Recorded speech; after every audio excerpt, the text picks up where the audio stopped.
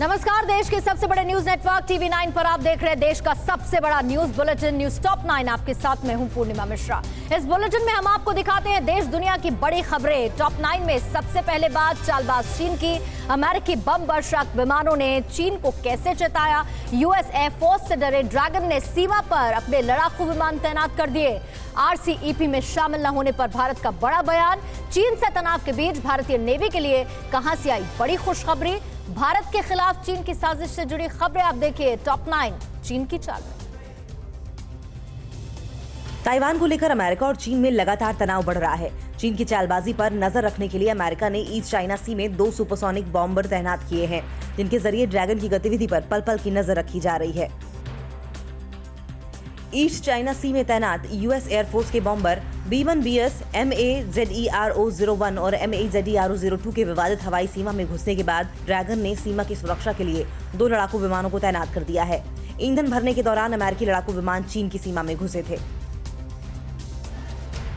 चीन ताइवान को डराने के लिए लगातार उसकी सीमा पर लड़ाकू विमानों को भेज रहा है। कल भी चाइना के लड़ाकू विमानों ने ताइवान के एयर स्पेस का उल्लंघन किया। ताइवानी एयरफोर्स ने दोनों फाइटर जेट को अंजाम भुगतने की धमकी दी, तब ड्रैगन के दोनों विमान दुम दबाकर अपनी सीमा में लौटे। अमेरिका और ताइवान के बीच डिफेंस डील होने के बाद ड्रैगन बौखलाया हुआ है और लगातार ताइवान की सीमा पर अपने लड़ाकू विमानों को भेज रहा है। पिछले महीने अमेरिका को ताइवान को सेंसर मिसाइल, तोपें और रॉकेट लॉन्चर देने का समझौता किया था। आरसीईपी में भारत के शामिल न होने पर विदेश मंत्री एस जयशंकर ने कहा कि हमारी कई मूल चिंताओं पर ध्यान नहीं दिया गया।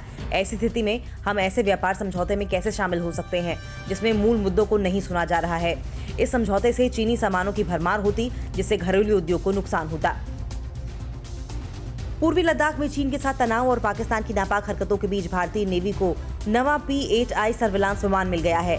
P-8I सर्विलांस विमान लंबी दूरी के anti submarine war, surface war के साथ साथ खुफिया निगरानी और टोही मिशन के लिए बनाया गया है, जिसके जरिए दुश्मन देशों की हरकतों को जाना जा सकता है।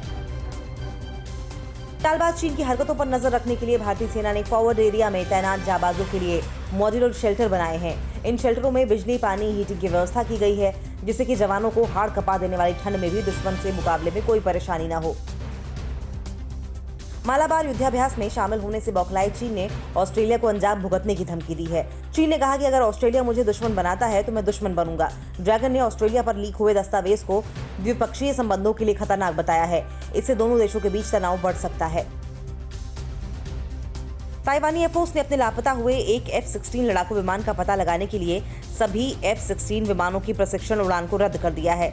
17 नवंबर को हुआलिन एयरबेस से उड़ान भरने के बाद एक F-16 लड़ाकू विमान लापता हो गया था।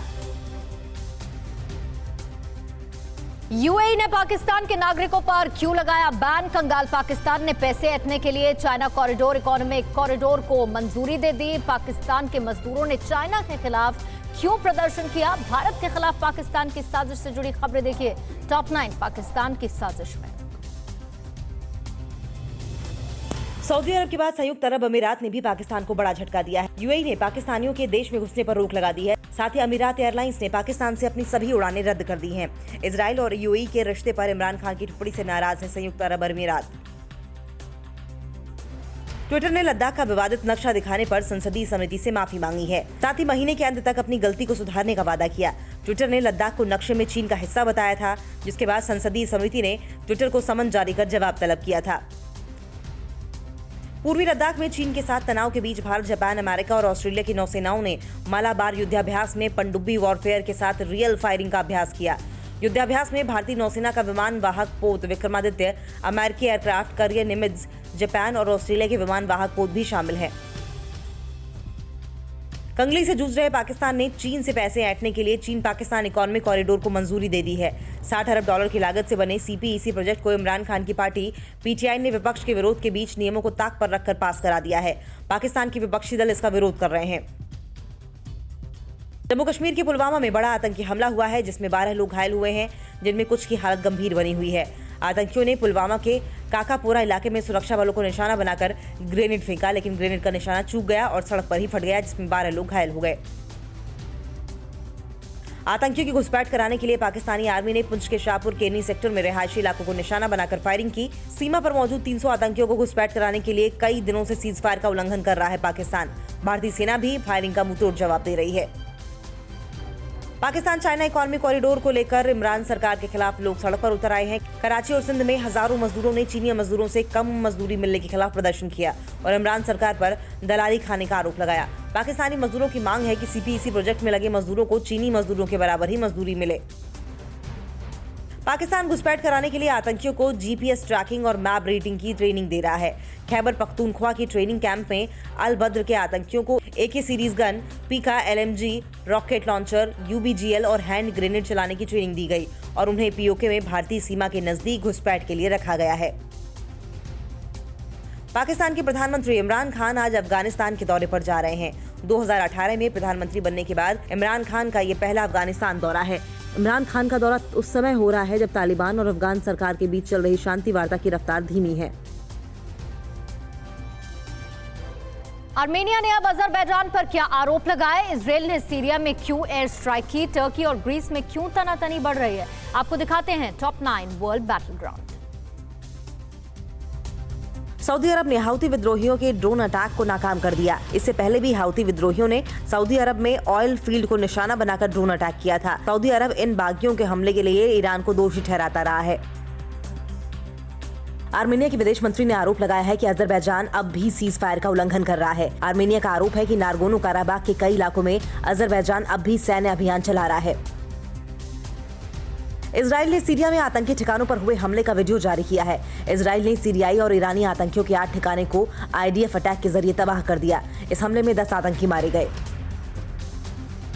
तुर्की ने कहा है कि अगर ग्रीस अमेरिका से F-35 फाइटर जेट खरीदता है तो इसके खिलाफ रूस के एयर डिफेंस सिस्टम S-400 का इस्तेमाल करेगा। अमेरिका पहले ही तुर्की को चेतावनी दे चुका है कि अगर उसने एयर डिफेंस सिस्टम S-400 का इस्तेमाल किया तो उसके खतरनाक परिणाम होंगे। ईरान ने अपने परमाणु कार्यक्रम को और आगे बढ़ाया है। नतांज न्यूक्लियर प्लांट में ईरान ने UF-6 गैस का इस्तेमाल किया। परमाणु कार्यक्रम को लेकर ईरान का अमेरिका, इजराइल और उसके सहयोगियों से विवाद है। ईरान के विदेश मंत्री मोहम्मद जावेद जरीफ ने कहा है कि अमेरिका के राष्ट्रपति जो बाइडेन अगर ईरान पर लगाए गए बैन हटाते हैं तो ईरान 2015 में हुए परमाणु समझौते का सम्मान करेगा। थाईलैंड में लोकतंत्र समर्थक प्रदर्शनकारियों पर पुलिस ने फायरिंग की है। इस फायरिंग में 6 प्रदर्शनकारी घायल हुए हैं। थाईलैंड के PM ने प्रदर्शनकारियों से शांति बनाने की अपील की है। थाईलैंड में लोकतंत्र समर्थक प्रदर्शनकारियों पर पुलिस ने फायरिंग की है। इस फायरिंग में 6 प्रदर्शनकारी घायल हुए हैं। थाईलैंड के PM ने प्रदर्शनकारियों से शांति बनाने की अपील की है। फ्रेंडशिप 2020 के जरिए रूस और पाकिस्तान वॉर एक्सरसाइज कर रहे हैं। इसके तहत रूस और पाकिस्तानी सैनिकों ने आतंकियों के कब्जे से एक शहर को मुक्त कराने का अभ्यास किया। इस दौरान जमीन और आसमान के जरिए ताकत का प्रदर्शन किया गया और आतंकियों की ठिकानों को तहस नहस कर दिया गया। ईरान को अमेरिका ने क्या नई धमकी दी? इराक और सऊदी अरब के बीच कैसे बॉर्डर खुला? ट्रंप के ट्वीट करने पर फिर से क्यों विवाद उठा? राष्ट्रपति चुनाव को लेकर देखिए टॉप 9 दुनिया। अमेरिकी विदेश मंत्री माइक पॉम्पियो ने कहा है कि आने वाले दिनों में ट्रंप प्रशासन ईरान पर और बैन लगा सकता है। इससे पहले अमेरिका ईरान की 6 कंपनियों पर बैन लगा चुका है। न्यूक्लियर डील को लेकर ईरान और अमेरिका में तनातनी है। ईरान के राष्ट्रपति हसन रोहानी ने अमेरिका पर आर्थिक आतंकवाद फैलाने का आरोप लगाया है। हसन रोहानी ने कहा कि अमेरिका ईरान पर प्रतिबंध लगाकर उसे तहस नहस करने की साजिश रच रहा है। इराक और सऊदी अरब ने 30 साल बाद अरार बॉर्डर क्रॉसिंग खोल दिया है। दोनों देशों के बीच इस रास्ते से व्यापार की सहमति बनी है। 1990 में कुवैत पर इराक के हमले के बाद सऊदी अरब ने इराक से सभी रिश्ते खत्म कर दिए थे। जर्मनी में कोरोना संक्रमण के दौरान होने वाले प्रदर्शनों को रोकने के लिए कानून पास किया गया है। संसद में 415 सदस्यों ने कानून के पक्ष में और 236 सांसदों ने कानून के विरोध में प्रदर्शन किया। देश में इस कानून का विरोध हो रहा है। फिलिस्तीन ने अरब देशों से इजराइल के साथ कूटनीतिक संबंध नहीं रखने की अपील की है। पिछले दिनों अमेरिका की पहल पर UAE और बहरीन ने इजराइल के साथ कूटनीतिक संबंध बहाल किया था। फिलिस्तीन ने इन देशों से अपील की है कि वो इजराइल से अपने रिश्ते तोड़ लें। अमेरिकी राष्ट्रपति डोनाल्ड ट्रंप ने एक बार फिर ट्वीट कर राष्ट्रपति चुनाव प्रक्रिया पर सवाल उठाए हैं। ट्रंप ने ट्वीट कर कहा है कि चुनाव में भारी धांधली हुई है। ट्रंप ने न्यूयॉर्क टाइम्स के एक आर्टिकल को ट्वीट करते हुए अपनी जीत का दावा किया। डोनाल्ड ट्रंप की टीम ने विस्कॉन्सिन में 2 केंद्रों पर दोबारा काउंटिंग की मांग की है। ट्रंप की टीम का कहना है कि इन केंद्रों पर 1% से भी कम अंतर से बाइडेन की जीत हुई है। विस्कॉन्सिन में 10 इलेक्टोरल वोट हैं। राष्ट्रपति ट्रंप की टीम ने आरोप लगाया है कि डिट्रॉइट में चुनाव अधिकारियों ने उनके चुनाव टीम के सदस्यों के साथ बदसलूकी की। ट्रंप की टीम का दावा है कि डिट्रॉइट में बैलेट में गड़बड़ी की शिकायत की गई थी, तब अधिकारियों ने उनसे बदसलूकी की। नेपाल में चीन की बढ़ती दखलंदाजी को लेकर सत्ताधारी नेपाल कम्युनिस्ट पार्टी में दरार पड़ने लगी है। चीन राजदूत और पीएम केपी शर्मा ओली के बीच करीब 2 घंटे तक चली मुलाकात के बाद नेपाल कम्युनिस्ट पार्टी में हंगामा हो रहा है। ओली का विरोधी खेमा जल्द से जल्द पार्टी की बैठक बुलाने की मांग कर रहा है। जम्मू कश्मीर में पंचायत चुनाव के मद्देनजर सीआरपीएफ की 49 कंपनियां तैनात होंगी। PM Modi Bengaluru tech summit का शुभारंभ करेंगे। फारूक अब्दुल्ला को किसने कहा हम पर रहम कीजिए, चीन चले जाइए। देश से जुड़ी अहम खबरें देखिए टॉप 9 रश में।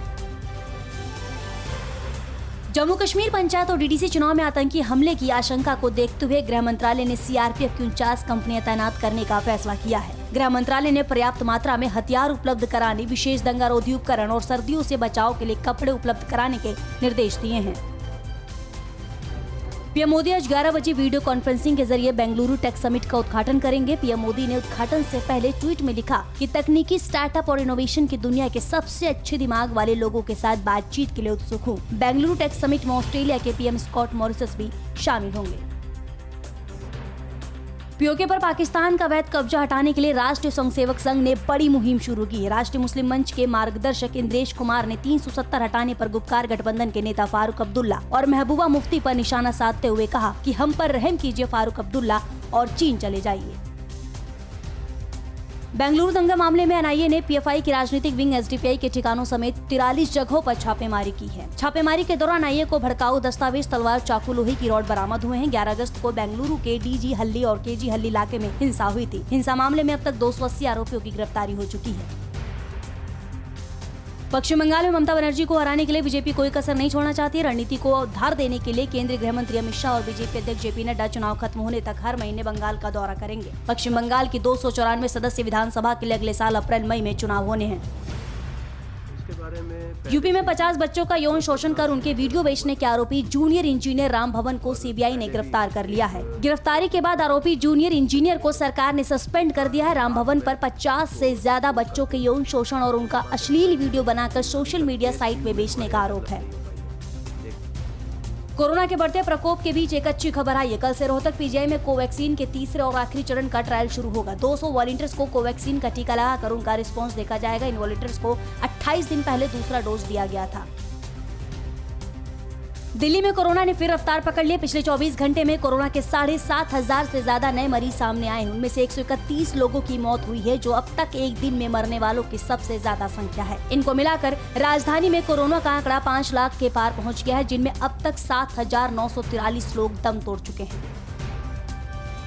संकट से जूझ रहे लक्ष्मी विलास बैंक की शाखाओं पर खाता धारकों की भारी भीड़ उमड़ पड़ी है। पिछले 24 घंटे में खाता धारकों ने बैंक से 10 करोड़ रुपए की निकासी की है। आरबीआई ने बैंक को मोरेटोरियम पर डाल दिया था, जिसके बाद खाता धारकों ने बैंक में जमा अपनी राशि निकालने के लिए जमा होने लगे थे।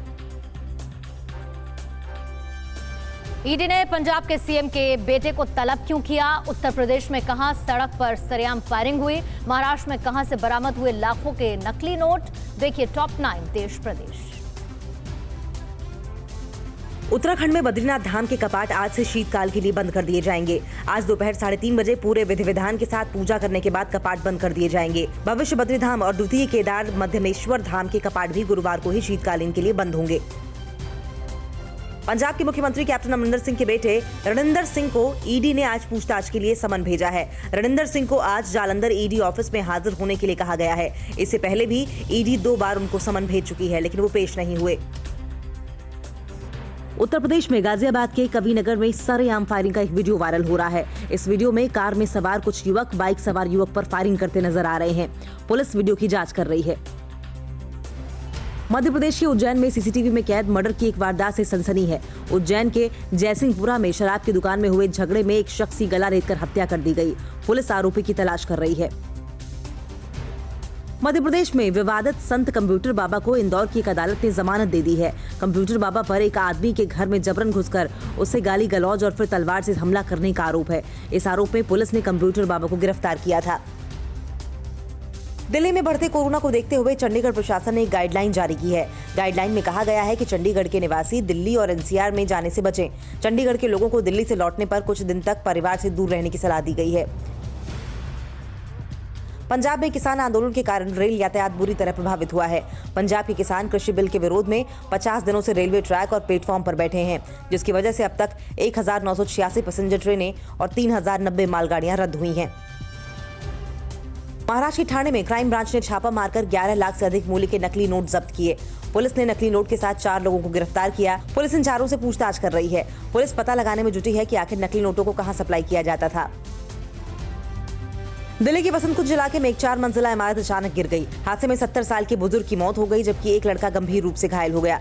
बिल्डिंग कैसे गिरी, पुलिस मामले की जांच कर रही है। बिहार में शिक्षा मंत्री पर क्यों उठ रहे सवाल? नीतीश सरकार के कितने मंत्रियों पर दर्ज है आपराधिक केस? बिहार में कहां पर व्यापारी की हत्या हुई? देखिए टॉप 9 सवालों में नीतीश सरकार।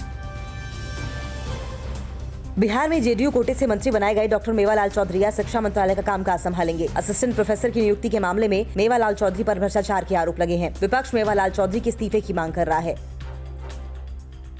विवादों के बीच बिहार के शिक्षा मंत्री मेवालाल चौधरी ने मुख्यमंत्री नीतीश कुमार से मुलाकात की। करीब आधे घंटे तक सीएम आवास पर मेवालाल चौधरी और सीएम के बीच बैठक हुई। आरजेडी नेता तेजस्वी यादव ने ट्वीट कर मेवालाल चौधरी को शिक्षा मंत्री बनाए जाने पर सवाल उठाए। तेजस्वी ने कहा कि भ्रष्टाचार के अनेक मामलों में भगौड़े आरोपी को शिक्षा मंत्री बना दिया गया। कुर्सी की खातिर अपराध, भ्रष्टाचार और सांप्रदायिकता पर मुख्यमंत्री जी प्रवचन जारी रखेंगे। आरजेडी के मुखिया लालू प्रसाद यादव ने ट्वीट कर नीतीश सरकार पर निशाना साधा है। लालू ने ट्वीट कर कहा है कि जो भाजपाई कल तक मेवालाल को खोज रहे थे, आज मेवा मिलने पर मौन धारण किए हैं।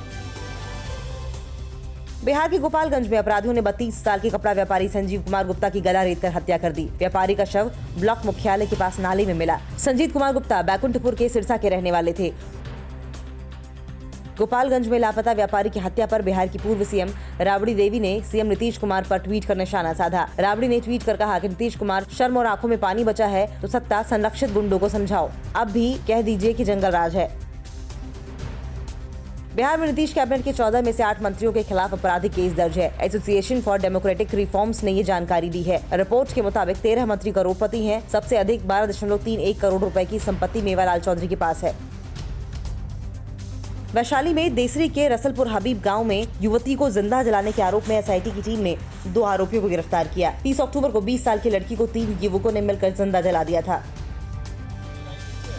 लोक आस्था के महापर्व छठ का आज दूसरा दिन है। आज खरना है। छठ के पहले दिन पटना में व्रतियों ने गंगा नदी में स्नान के बाद विधि विधान से छठ माता और भगवान भास्कर का आवाहन किया। पर्व को लेकर डीएम ने प्रशासन को अलर्ट पर रखा है। न्यूज़ टॉप 9 रोज सुबह 7 बजे और शाम 7 बजे सिर्फ TV9 भारतवर्ष पर।